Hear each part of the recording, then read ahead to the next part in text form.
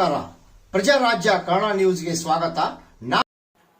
ಘಟಪ್ರಭಾ ನದಿಯಲ್ಲಿ ಉರುಳಿದ ಕಾರು, ವ್ಯಕ್ತಿ ಸಾವು. ಕಾರು ಸಮೇತ ನದಿಗೆ ಬಿದ್ದು ವ್ಯಕ್ತಿ ಸಾವನ್ನಪ್ಪಿರುವ ಘಟನೆ ಬೆಳಗಾವಿ ಜಿಲ್ಲೆಯ ಹುಕ್ಕೇರಿ ತಾಲೂಕಿನ ಬೆನಕನಹಳ್ಳಿ ಗ್ರಾಮ ಬಳಿಯ ಘಟಪ್ರಭಾ ನದಿಯಲ್ಲಿ ನಡೆದಿದೆ.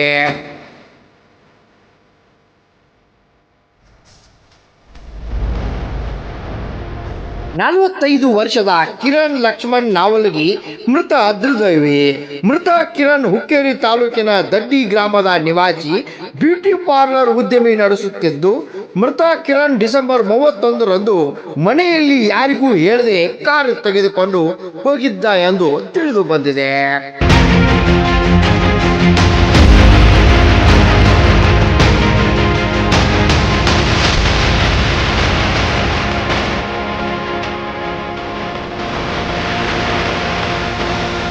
ಘಟಪ್ರಭಾ ನದಿಯಲ್ಲಿ ಬಿದ್ದಿದ್ದ ಕಾರು ಹಾಗೂ ಶವವನ್ನು ಹೊರತೆಗೆದಿದ್ದು ಯಮಕನಮರಡಿ ಪೊಲೀಸ್ ಠಾಣೆಯಲ್ಲಿ ಪ್ರಕರಣ ದಾಖಲಾಗಿದ್ದು, ಪೊಲೀಸರು ಸ್ಥಳಕ್ಕೆ ಆಗಮಿಸಿ ತನಿಖೆ ಚುರುಕುಗೊಳಿಸಿದ್ದಾರೆ.